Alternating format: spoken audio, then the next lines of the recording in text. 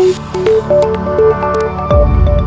you're thinking about selling your business in the near future, here's a how to sell business in 2021, a very, very quick overview. There's a lot of details to go through. Also, wanted you to keep in mind, if you'd like the written storybook on all the details of this, Legacies 2021 Business Seller Success Guide, just text BuyBizUSA, BuyBizUSA. It's over here too, to the number 22828. Let's go through a couple things out there and talk about. In the overview, we're going to talk about buying and selling, focus on value, and then talk a little bit about how COVID-19 affects value. I want you to keep in mind, though, that every business has value, even in a coronavirus area, and I just want to talk about that and get that through, that in every economy, there's a value in businesses. People are looking to get out of corporate jobs, or they've been displaced, or there's a lot of different things that draw people to wanting to buy a decent business, especially when it's cash flowing money and making some stuff out there. The banks have told me that there's three buckets they look at: the essential businesses, ones that have closed and reopened, like restaurants, and ones that have been permanently impacted. And they're more likely to help on the essential ones, and then some of the ones that have been closed and reopened. It's really valuable. If you can get your business to get SBA pre-qualification, that's going to be a super power for you. Keep in mind that a lot of businesses that go in the marketplace aren't prepared properly. Maybe the prices are unrealistic, or they're not marketed the right way. They're not telling the full selling story. And if you look at Forbes magazine showing that 90% don't sell, Exit Planning saying that about 80% don't sell, and even BizBuySell, which is just one of many places that advertise businesses, show only about 1 in 5, or about 20% of the businesses don't sell. I just skipped over a couple of different things, and let me go back to it.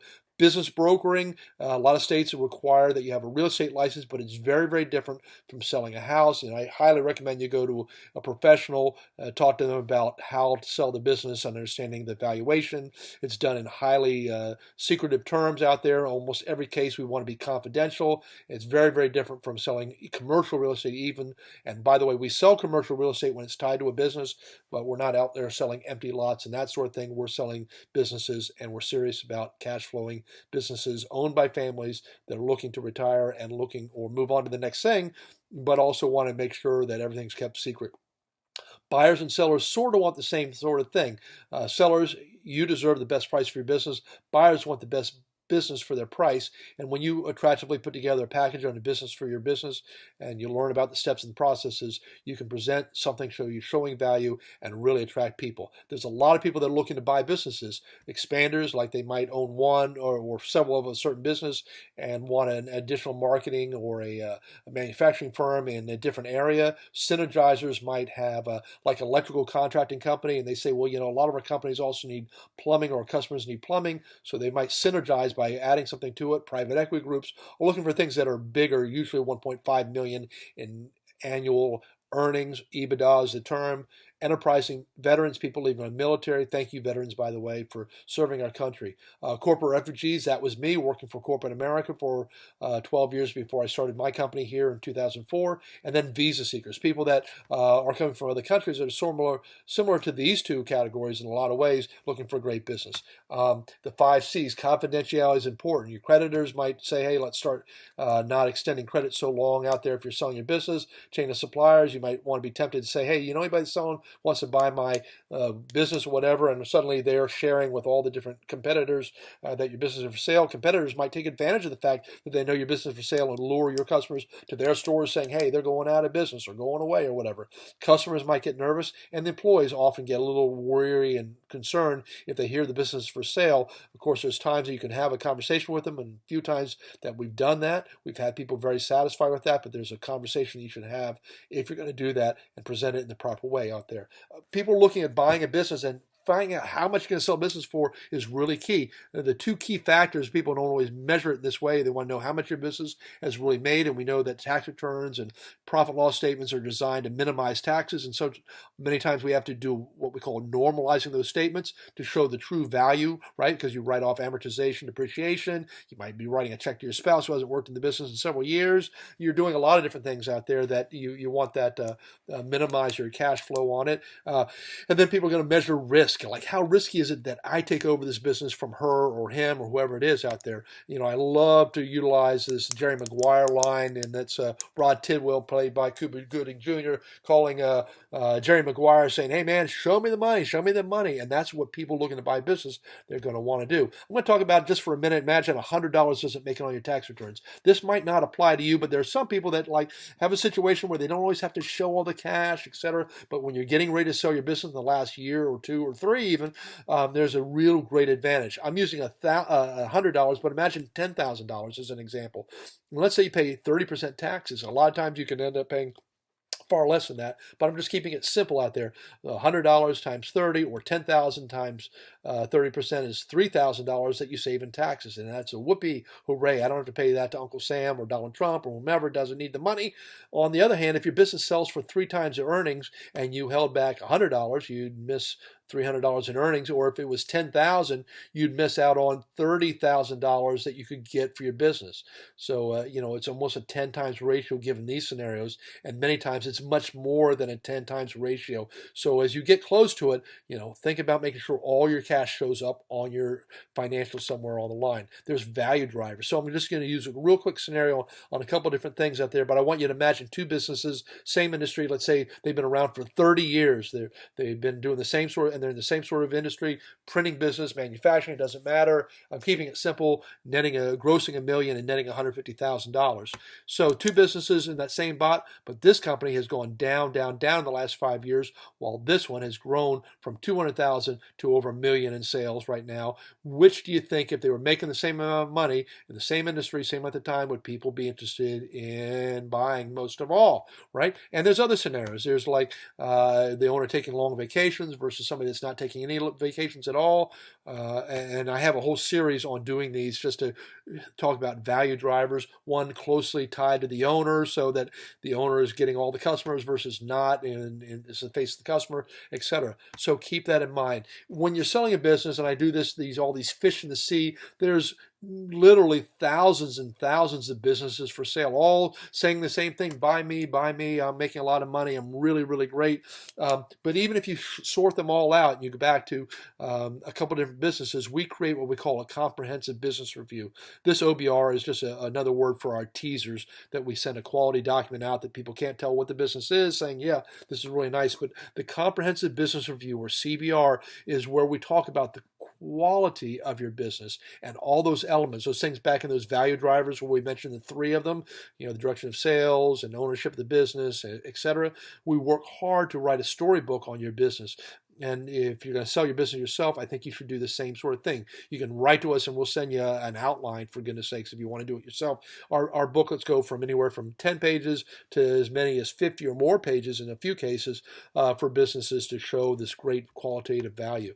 At the end of the day, we recommend to buyers, hey, think about the business in about 30-70 rule. The 30-70 rule says about 30% of the business decision should be made on the business. This person that's selling their business has to be able to show it's valuable and quality, but at the same time, you need to think about that 70% of what you're going to do with the business. So a lot of people might look at a business that's really great and say, I couldn't do that, I don't want to do that, I have no vision for it. Other people look at it and go, well, you know what, I can take this to a whole new level. And so keep that in mind when you're talking to people, when they come to you, when you're doing your interviews with the customers and clients.